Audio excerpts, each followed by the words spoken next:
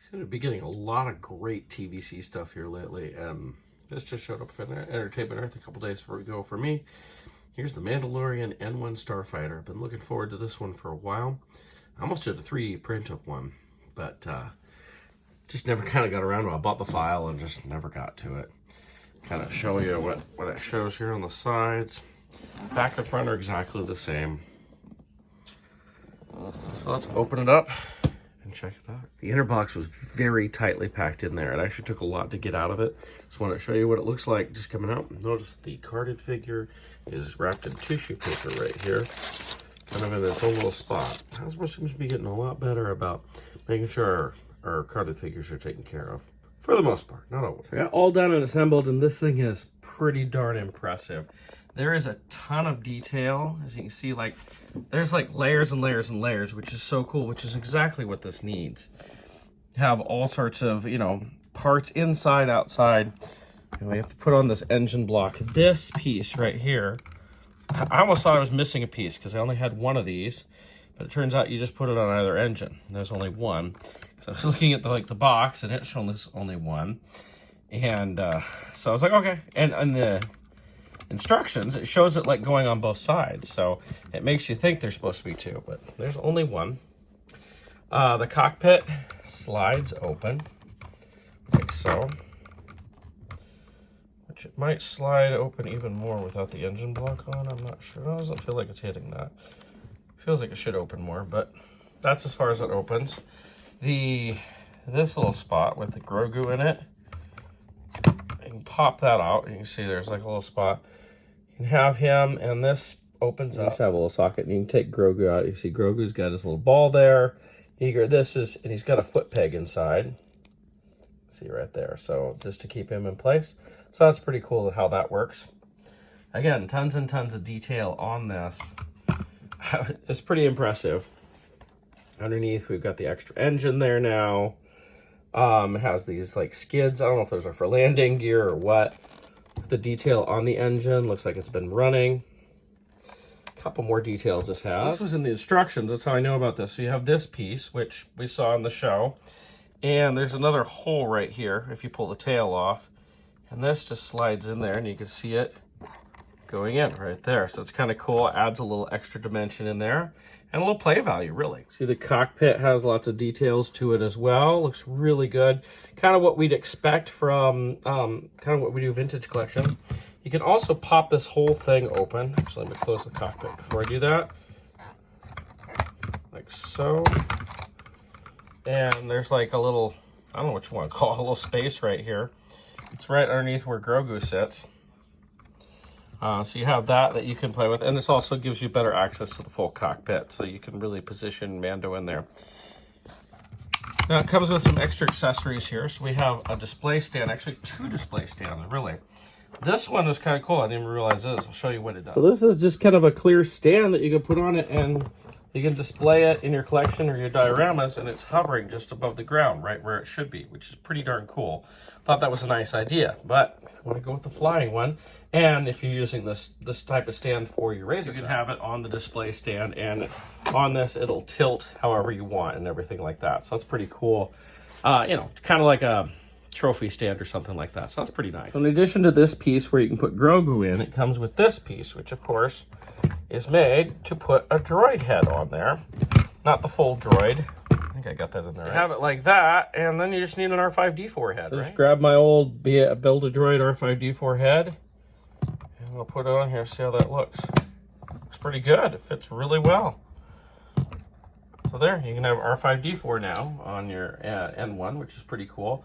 Do you think other droid heads will work? Let's check it out. I wanted to know if you could add your favorite Disney droid, since most Astromechs we get these days are Disney droids. So I grabbed the Candy Cane Halloween droid. I think it's from last year, a couple years ago.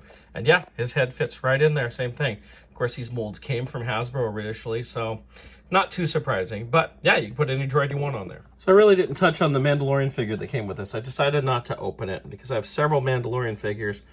I just didn't feel like I really needed another one. There might be some differences in this. And if there are, we're going to get it again. And so I'm like, you know what? I'm just going to leave it like this. It would have been kind of cool if they did a bubble up top with Grogu in it, much like we get the old ones with the helmet and that sort of thing. So you can see it comes with the Darksaber. Looks like both lit and unlit, I think. Or no, that's just a knife. It's a vibroblade. So Darksaber, vibroblade. He's got his Beskar spear, his pistol. He's got his jetpack. He's got a cloth cape. So, I mean, it's a nice Mando. Don't get me wrong. It's a good Mando. It's just I have so many different Mandos. I'm like, do I really need another one for this? It's probably about the same as the one that was in the rescue. This one's considered $292. Notice it is unpunched as well. So, I know lots of collectors enjoy that. But I won't be opening him, but you can take a good look at him and see if there's any differences for yourself. So I was curious as to any similarities to the last Naboo Starfighter we got. Now, this is not the episode 1 Naboo Starfighter, the one that came out in 1999. This one came out, what was it, 2012, thereabouts. This is the updated one. As you see, I actually have a yellow astromech. You could actually put any astromech you wanted as the flip-up canopy, which you don't have in the initial. But it is very similar to a flip-up canopy like we have here. There's a lot of differences in the mold, and ultimately, I'm pretty sure this is all a brand new mold. I'm looking at various things like, if we look like right here where this comes in to meet, it's in a little different spot. The wings attach differently on Mandos than this. The lines to attach these wings are right here, whereas the lines to attach them here. So while the cockpit attaches the same, the cockpit is, that whole opening part isn't even the same shape. So looking at that, you can see there's like a whole long straight edge here, whereas here it goes down to a point. So I'd say it's definitely not really using any of the same mold pieces. They are very similar in size. Let's see if we put them next to each other. You can see they're pretty close to the same size. So that's kind of nice that they, kept it in that same size. The cockpit looks a little different too. I'm looking at the cockpit there as opposed to the cockpit there. And yeah, they are different. Like you can see the little... the faces on the different instrument panels are actually separate pieces, to where here it's all one molded piece. So those are different. The seat looks different too. You can see what the seats look like. It's not just in color too, but the actual mold. And this has, oh wow, look at that. It's got other pieces on the inside. There's even, I want to look at this more. I really didn't look at the cockpit very much. Open this up. You can see there's actually instrument panels along the side there too. You have all this extra stuff. There's a lot more to this. This is really well detailed. Okay, so yeah, I don't think it took anything from this. Although I think one day I got to go back and do a review on this, because probably not a lot of people have it. So it was released at a spot when it was hard to get. So hold on a minute. This is a great ship. I'm pretty impressed with it. Impressed with all the detail in it.